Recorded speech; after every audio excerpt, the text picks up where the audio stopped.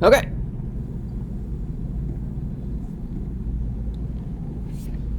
So, we left off last time somewhere around Epicureanism, this sense of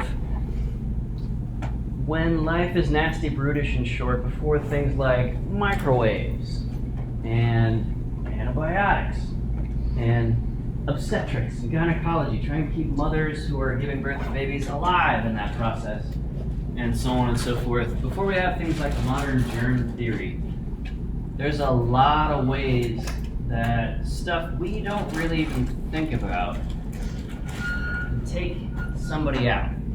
And so that puts a much more sort of domestic, localized, family group sense of what leisure time should be onto folks. Yeah. If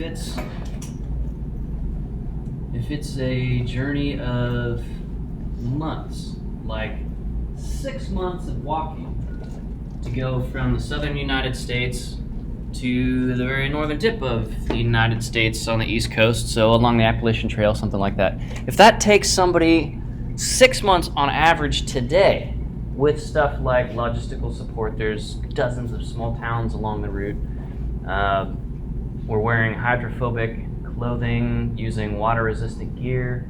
We have modern food preservation techniques like freeze drying, and we have stuff like carbon fiber trekking poles because we're more stable as quadrupeds than we are as bipedal creatures when we have heavy stuff on our back and we're in a slippery environment like a wet trail, like the Appalachian Trail often is.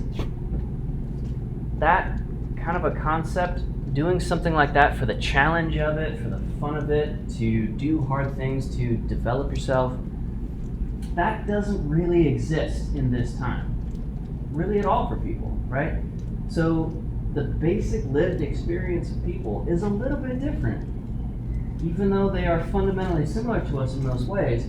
The ancient Greeks, the Persians, the Romans coming up here in a bit, like they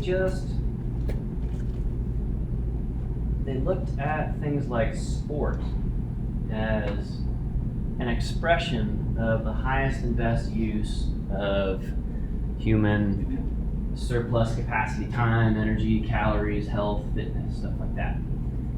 So, again, a little bit different than what we're used to, but even at that time, we're seeing folks in these different schools of like philosophical thought, right? Stoicism, cynicism, Epicureanism.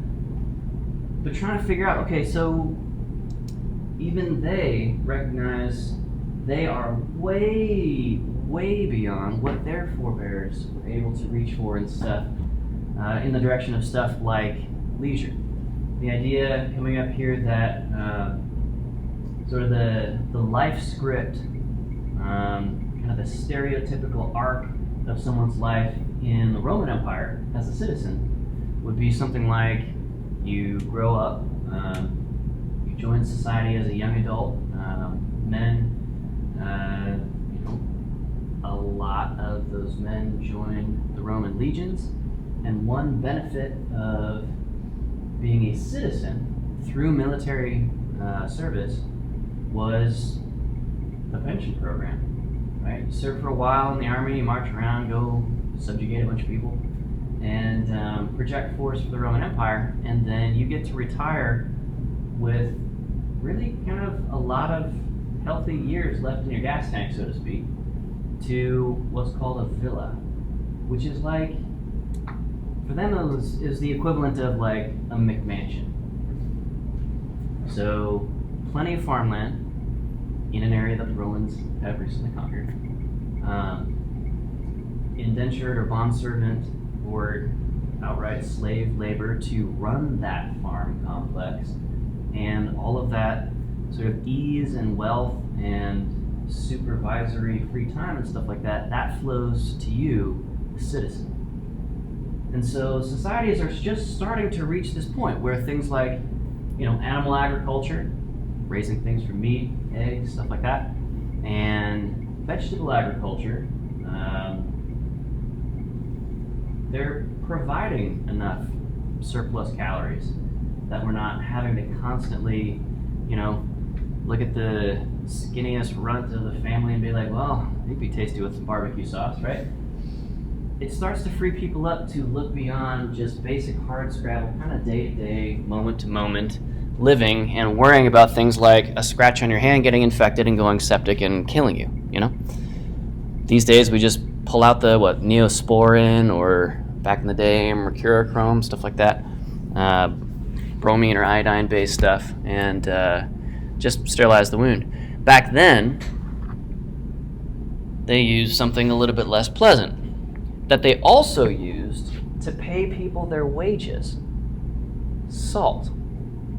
So you've all heard the expression rubbing salt in the wound as kind of a, man, somebody's really kind of turning the screws on you.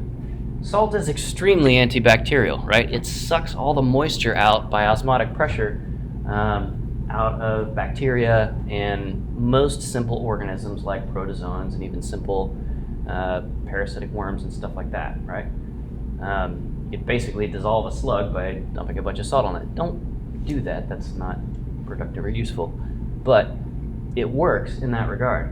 And as it turns out, it doesn't hurt near as much as you think, but it's also really not that pleasant. Like if you've ever had a little cut or laceration and you get some sweat into it, it's like that. Like it kind of tingles and burns a decent bit, but like that's also the pinnacle of healthcare at the time. And salt is so valuable, like it has to be mined by hand or sort of gathered, scraped off of sea rocks in like evaporation pools around the Mediterranean, North Africa in particular. It's so valuable that people are paid in salt. Like that's the dollar bills they're getting handed, bags of salt. This is where we get the word salary. And it was valuable because it was antibacterial. You could throw a ham hock in there, salt cure it, and eat on that ham hock for more than like a couple of days before it starts getting nasty and rotted and disgusting. Okay? Later on, we'll get techniques like dry aging with artificially powered refrigeration and stuff like that, but that's a long time in the future and so forth. Okay? We don't really have things like beer yet. That hasn't been invented. That's not a thing, right? Carbondale in 800 BC, probably a pretty boring place, right? Beer hasn't even been invented yet. So, it's a college joke. Anyway, stick with me, folks. I'm here all week. Try the veal.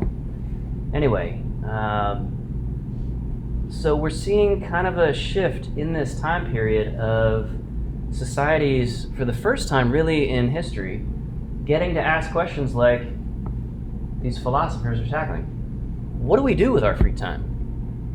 What is worthy of that precious small fraction of our day each day, on average, that we don't have to be like picking weeds, pulling stones, like they do in Letterkenny, okay?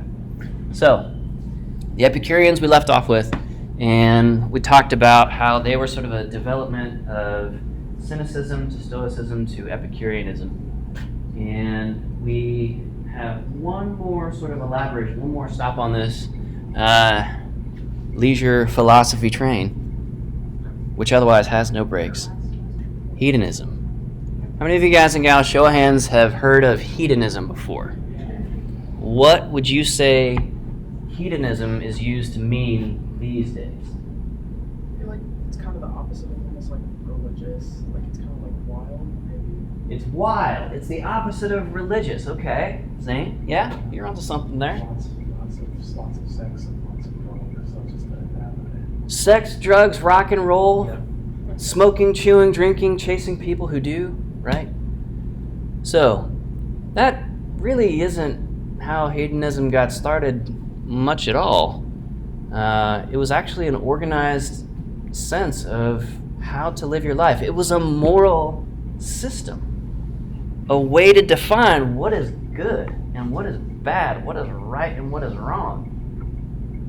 And it has evolved over the past couple thousand years to signify something a little bit closer to what we expect these days. Okay? So, hedonism as a school of philosophy was a little bit less formal. You can't go to like Hedonism University at this time and get your degree in hedonism. in quite the same way as you can go study under somebody like Plato or Aristotle, right? Aristotelian philosophy or Platonic ideals within philosophy, stuff like that. This is more widespread. This is a little bit more grassroots, we'd say, these days. A little bit more organic, a little bit more ground up.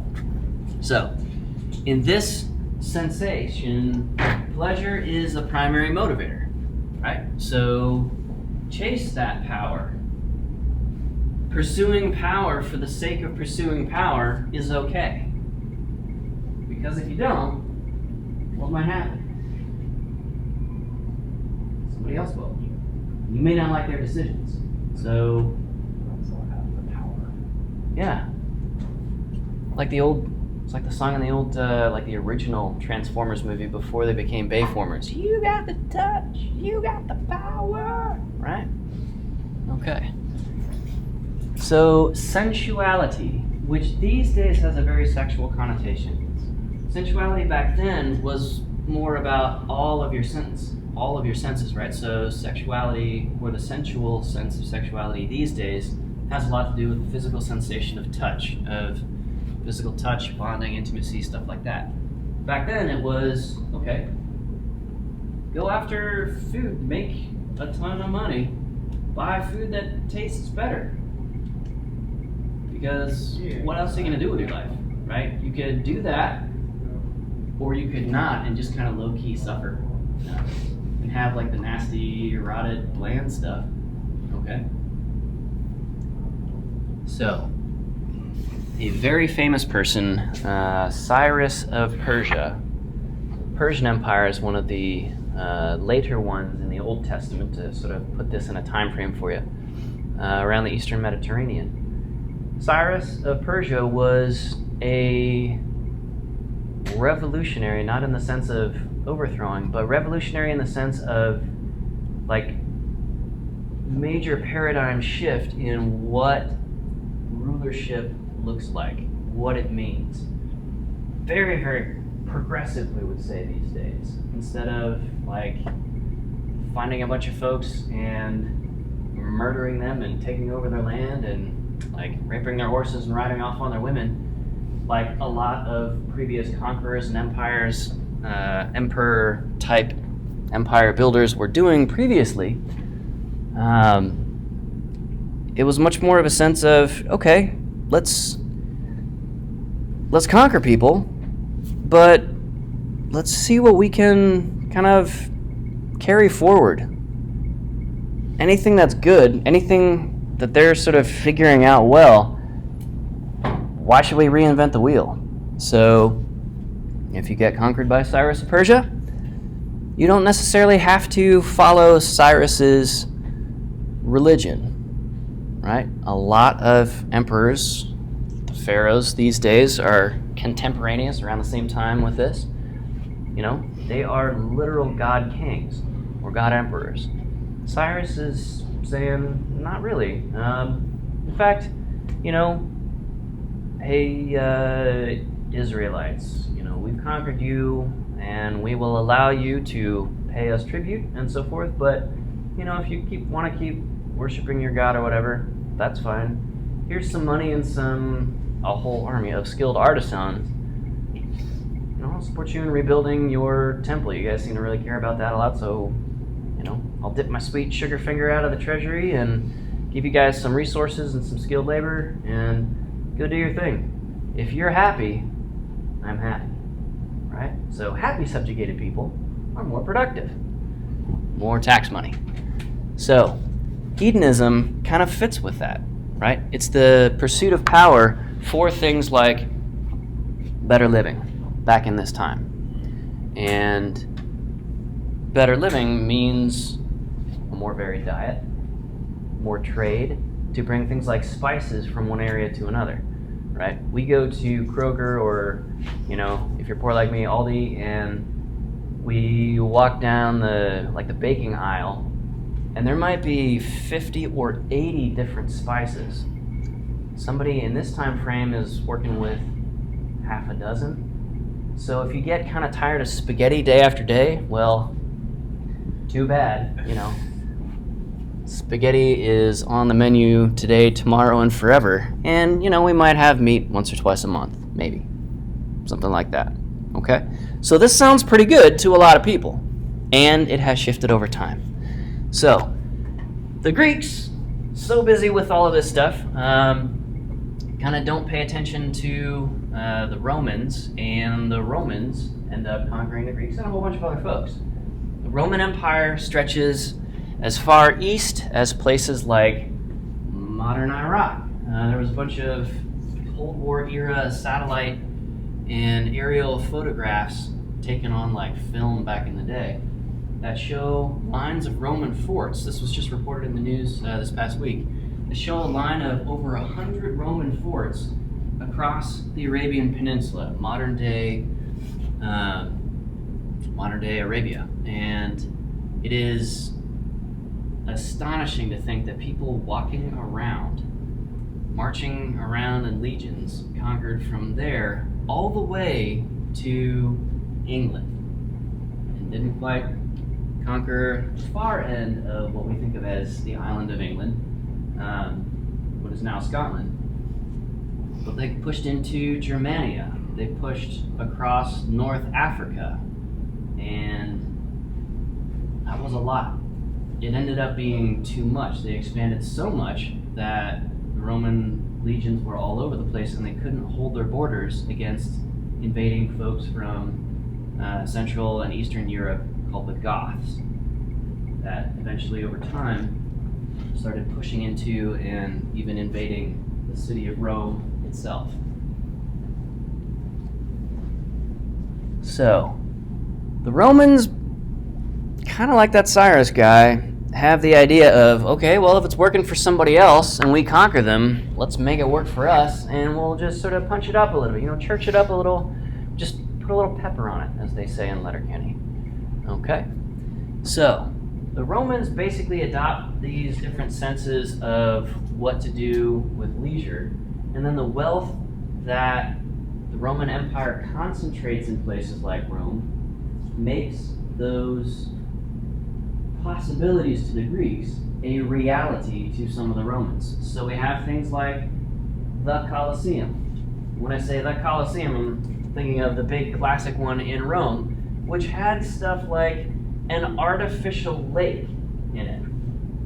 And under an artificial lake, they had a whole bunch of different cages for human fighters, for entertainment, and for all kinds of exotic animals. Part of their sense of leisure, part of their sense of keeping the Roman populace happy, even in times of uncertainty or famine, drought, military incursion by others, those Colosseums were a key part, a kind of a social center of Roman culture. These days we have die-hard baseball fans. I was at a wild game dinner the other night with the World Series winning in, 2012? The pitcher from the St. Louis Cards giving a talk at this wildlife dinner the other night. And you could see that some of the fans in that room, after eating a bunch of elk and bison and alligator, and then getting to see a World Series pitcher just talking with them for an hour, they were pretty starstruck. Like, this is amazing. But if you take a step back from that, it's kind of remarkable that people were starstruck by being in the same room as a World Series winning pitcher who's got, the big fat series ring with all of his diamonds and stuff on it. This guy is respected. He's rich, and he's powerful. He's influential in our society as a professional athlete and a very successful one. Because we, like the Romans, put any emphasis on stuff like baseball. Or in the Romans' day, reenacting military battles like the battle against Hannibal of Carthage was reenacted many, many times. So Hannibal was this guy who got really pissed off at the whole Roman Empire and was like, you know what? I'm going to cancel you. And so he marched a whole bunch of stuff. It's really cool. You guys ever heard of Hannibal? Not like the serial killer fake guy, but like actual Hannibal. Yeah, second Hannibal or first one? Well, I guess first. in this case. These guys are doing stuff like marching war elephants Over the Alps. to try to invade Rome, and get phrases like crossing the Rubicon, reaching a point of no return. You go here and there's no turning back, kind of a thing. Out of these moments. But the Romans are one of the first societies to give us stuff like athletes are interesting. Athletes become important. Athletes, successful gladiators, for example, become rich, like super rich. At least as far as I'm aware, modern American baseball and football leagues and stuff like that don't have the same sort of successful gladiators get to be sort of pimped out to rich people and used as their boy toys. I don't think that's a thing, but hey, right? You know, anything's possible, I guess. Hopefully not. But think about it. Somebody who plays baseball in our society can make millions of dollars and live anywhere they want to, and probably marry, if they're the marrying kind, most anybody they want to, and set up charities to do kind of anything they want to philanthropically. Because they're good at playing baseball.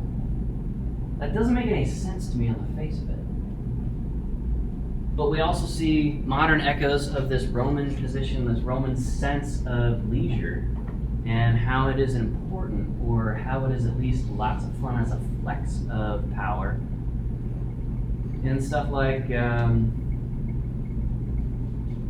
guys ever watch Duck Dynasty? Or what's that Ted Nugent show where he hunts? Or you ever watch Bear Grylls drink his own urine because he's like off the side of the highway and like pretending he's gonna die or something? Yeah. Or Les Stroud's Survivor Man. Yes. Why did you watch them?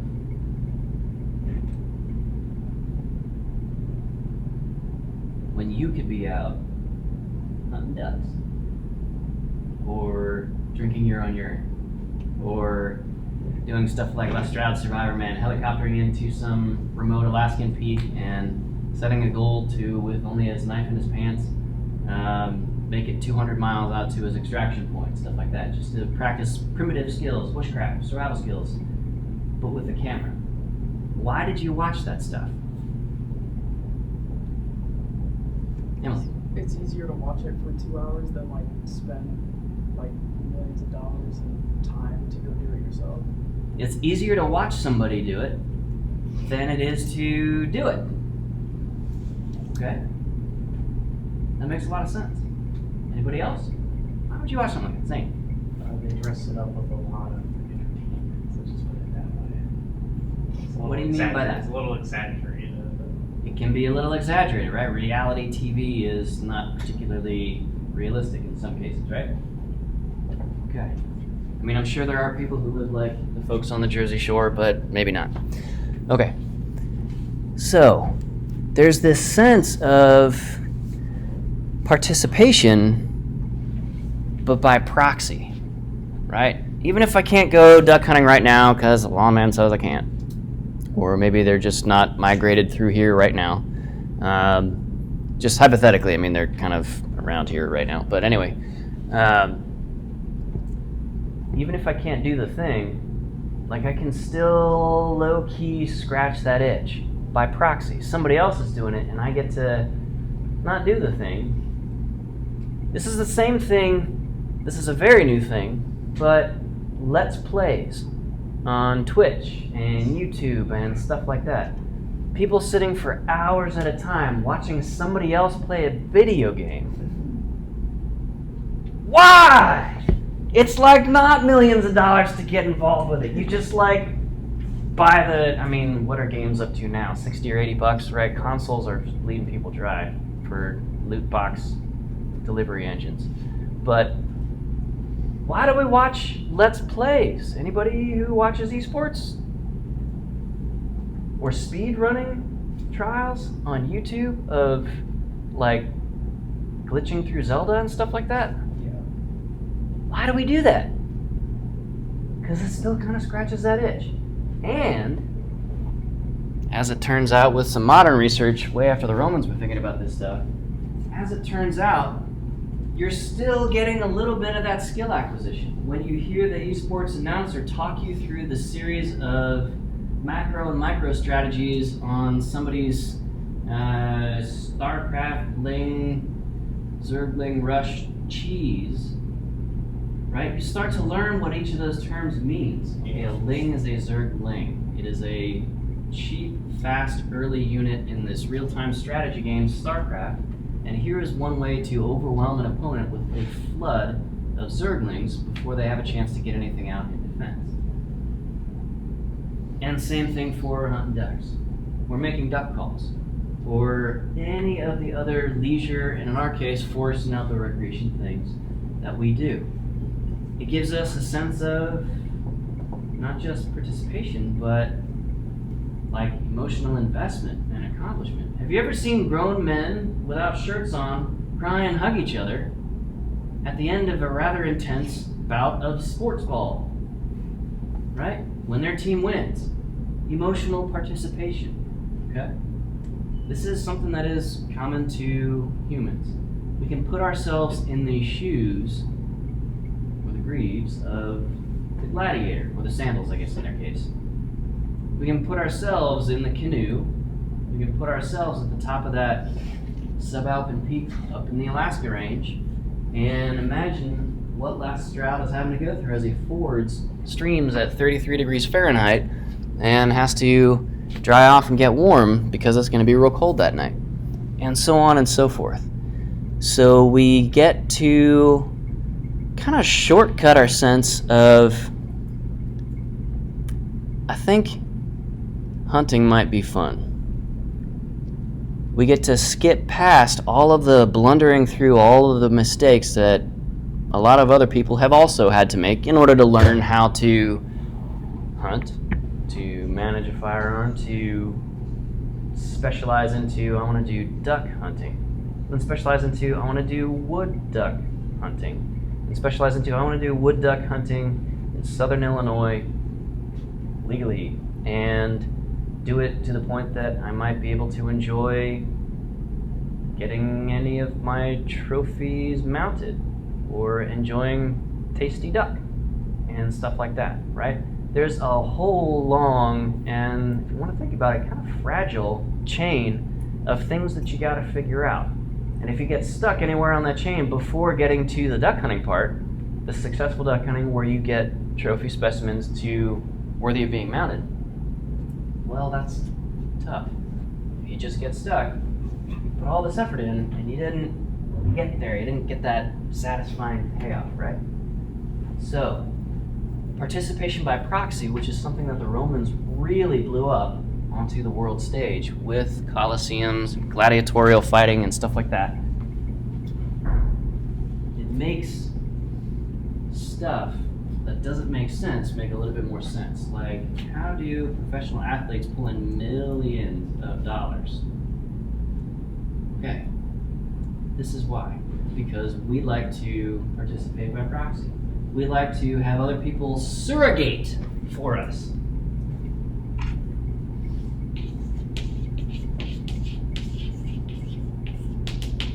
Pay attention, this is a very important life skill.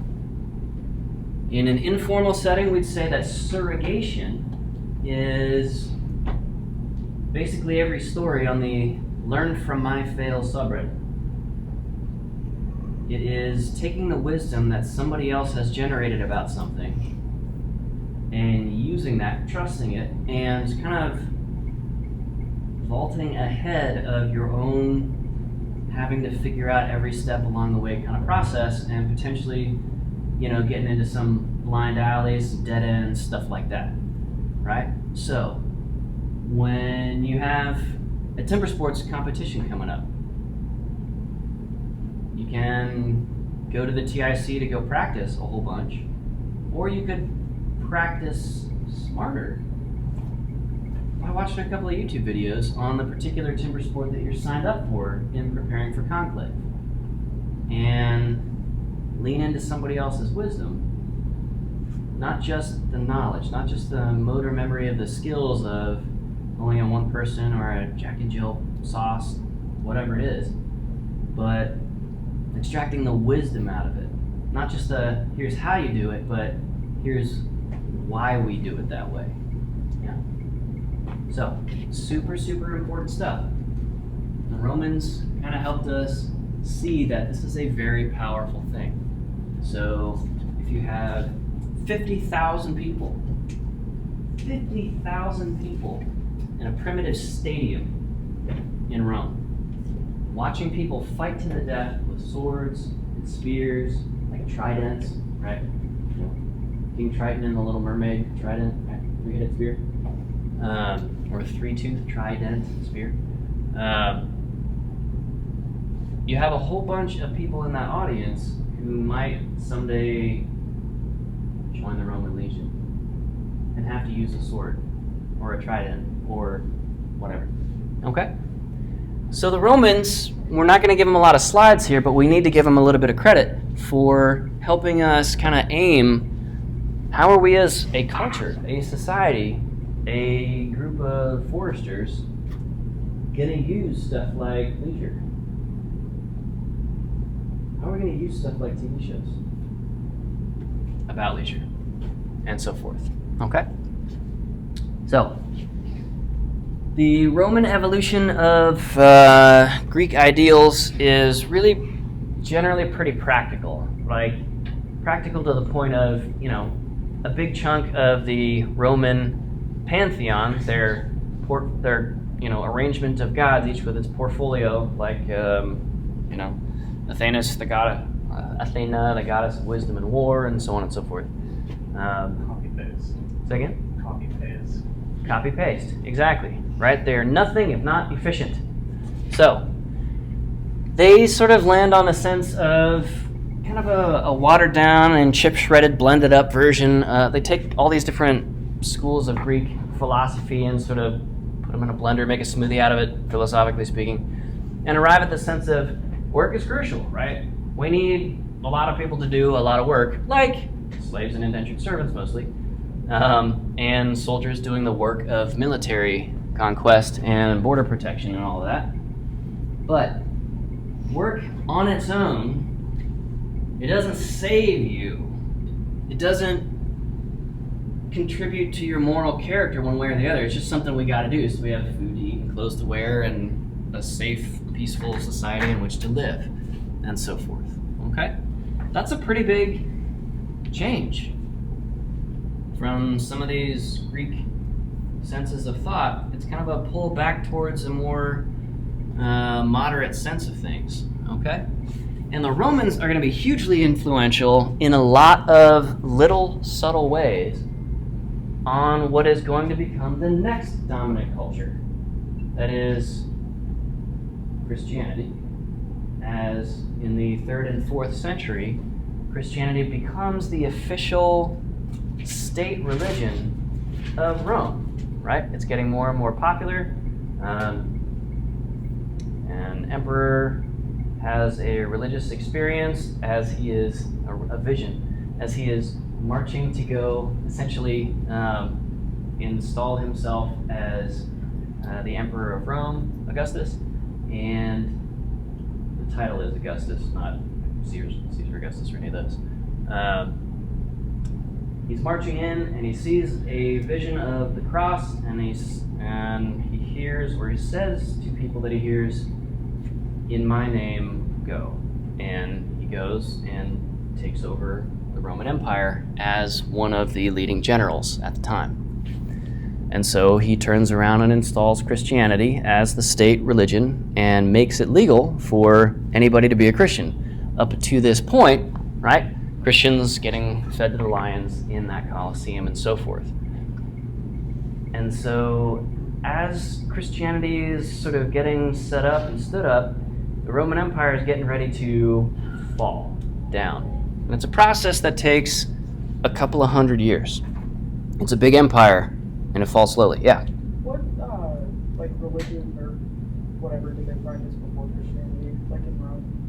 That's a great question. So, for the recording, the question is, what religion did Roman people practice in Rome before the widespread adoption of Christianity? So in like 100 BCE, 100 AD, stuff like that, they were basically doing a sort of kind of mostly low effort, a little bit cynical version of the copy paste of, well, we have, second? They were almost like atheists at that point, weren't they? Yeah. Or, Yeah, so you have little idols, little statuettes or figurines of family members that have passed on, and you say your prayers to whichever god you want to sort of affect those dead ancestors. You ask the harvest god for a good harvest that year. You make a sacrifice at the war goddess's temple before you start your military campaign, just as kind of a box to check, you know? So in every society, we're going to talk in real broad generalities, and a lot of people took it real seriously. And a lot of people didn't really take it seriously. It was a very, very practical culture in that way. So it was a bit of a shift when Christianity shows up on the scene, and Christians, according to historians and historiographers of the time, had more of an emphasis on moral living, right? They're more interested in the redeeming part than they are sort of the pragmatic aspects of, like, work is kind of the thing, or the freedom from work, leisure is kind of the highest goal, right? They see things differently. They value things differently. And so out of that, the sense of wealth. What are you trying to gather up in this life? That sense of wealth, what that ultimately means, changes. So it goes from wealth being kind of a neutral thing, right? Make some money. Don't trade your entire life for money, because then you have a lot of money and you're dead. Or very unhealthy and you can't enjoy it. So it's just kind of a neutral stance on it, through this sense of that Roman ideal of, all right, I'm going to go do war fighting for a while, help protect the empire, and then, you know, at age 30, 35, something like that, I'm going to retire and basically run this, we call it a gentleman farm these days. Not like a major ag industrial operation to feed the nearby city or village, but just like a, yeah, you know, this is my 80-acre spread, and, you know, it's not much, but, you know, we get by. It's an honest living, that sort of thing. Roll that beautiful bean footage. Okay? And then when the Christians come on the scene, their sense of that pastoral life of ease, they bring a pretty different perspective onto it. So at that time, leisure is cast by some groups of Christianity, and Christianity is, even from the first couple generations of it, you got to understand this, not a homogeneous thing. It was not a one-size-fits-all solution like the Roman Empire is. But the people inside it, inside of Christianity, are not like fracturing hardcore, but, you know, naturally sort of drifting.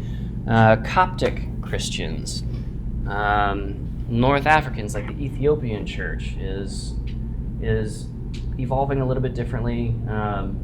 What will become the Western Roman Catholic Church splits and starts to veer off from the Eastern Orthodox Church after the fall of the Roman Empire, or after the empire is split into East and West components. And to this day, the Eastern Orthodox Church looks pretty alien or confusing or foreign to folks who maybe grew up in church here in the United States in a, not even Catholic, but like Protestant, non-denominational sense of things. Completely different interpretations of how to do that.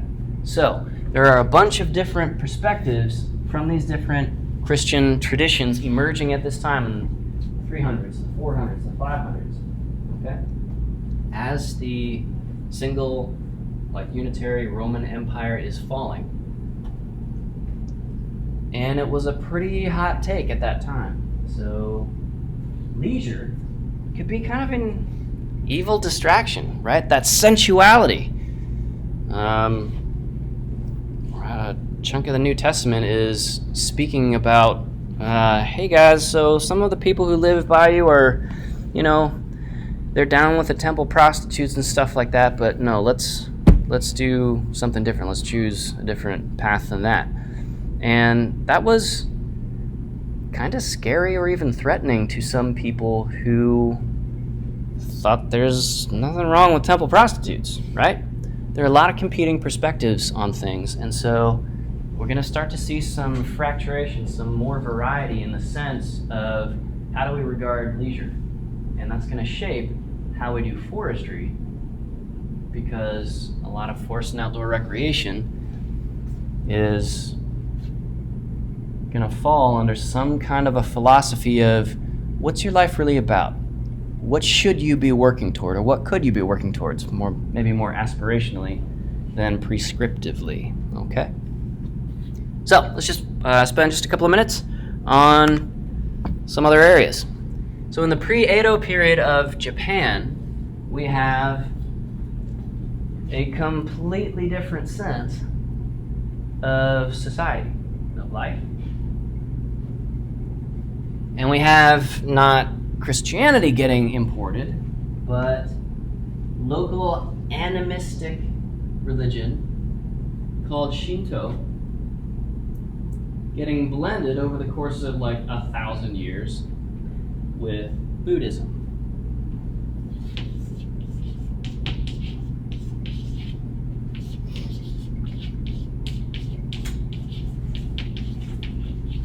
And these provide a really different sense of what you could do with your life.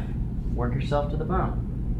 Pursue pastoral early retirement and low-key leisure. Fight it out or throw your popcorn at the people fighting it out in the Colosseum to the death. Okay? Here we get ritualized warfare, just like in the gladiatorial games, just like in the Olympian games. We have sumo in this case.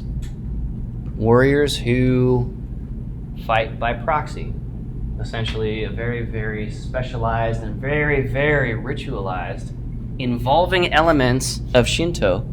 There are priests to this day that kind of bless the ring and bless the match before these, 400-pound guys basically train wreck into each other and try and push each other out of the ring. I mean, it's different. But the fundamental underpinning of it is much the same. It is, we're going to separate out and elevate folks who take a game, an athletic competition, a sport, and bring it to this place of, you may not like it, but this is what peak performance looks like, right? Their whole life is wrapped around being sumo wrestlers. So, Shinto, again, is an animistic religion. That is, there is a spirit, or a guardian, or an animus, a spirit in Latin, in everything. Like every tree, every stream, every hot spring, and so on and so forth. So for those of you havers of anime collections, if you've ever seen something like, Princess Mononoke, right? There are lots and lots and lots of spirits. It's not like there's one true God and Jesus is his name kind of a thing. It's like, no, this tree has a cute little spirit and it's weird. It's not human. It just sort of looks at you as you pass by and can really wreck face if you cut down that tree. Okay? And so the spiritual is profoundly tied to the natural. Okay?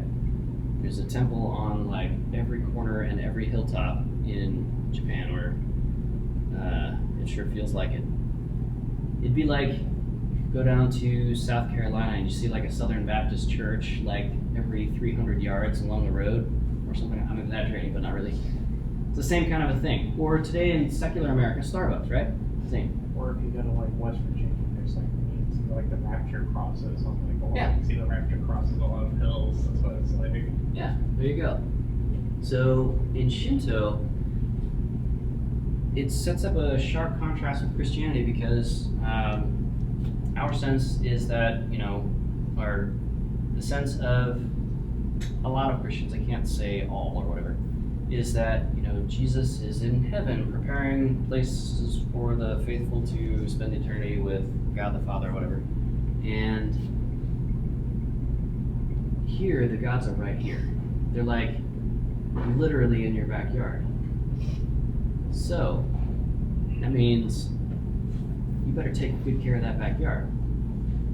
Versus at certain periods in Western culture, the material world is seen as sort of separated by sin, in this case, from anything that is good and pure and divine, right? It's tainted, it's a little bit wrecked, and not fully redeemable by us. So kind of bide your time here, or extract what you need from the natural world, because there are not spirits in everything, at least not any good spirits. Buddhism is a huge thing and impossible to summarize in about a minute, but for our purposes, Buddhism is about, or puts the moral compass onto achieving nirvana, peace, freedom from wanting, freedom from the dissatisfaction of not having my arbitrary expectations met, but radical acceptance of what is. That we are temporary, that we affect all other things, and all other things affect us. We are inseparably interconnected with everything. Okay? So, it's a much more personal kind of religion than a corporate one, meaning not corporate in the sense of commercial, but corporate in the sense of like gathered people in much larger groups, like the whole Catholic Church across the world, something like that. Okay? So, we'll pick it up with Japan next time, but prior to what we're going to call the Middle Ages in Western Europe, this Shinto Buddhism is kind of the thing for like Japan, China, Southeast Asia, and a whole bunch of smaller religious practices that we don't have time to get into, but like Polynesia, parts of Polynesia, stuff like that. Okay? Cool. So, we'll see you on Thursday. Happy Halloween! I hope you're doing something fun. Maybe not just studying. If you guys want, you can come on by our house trick-or-treating tonight. We'll give you candy, I promise. We're at 308 South Canterbury. We're like, it's about a 10-minute Segway ride that way. Okay? 308 South Canterbury. Stop on by. I'll have my lightsaber.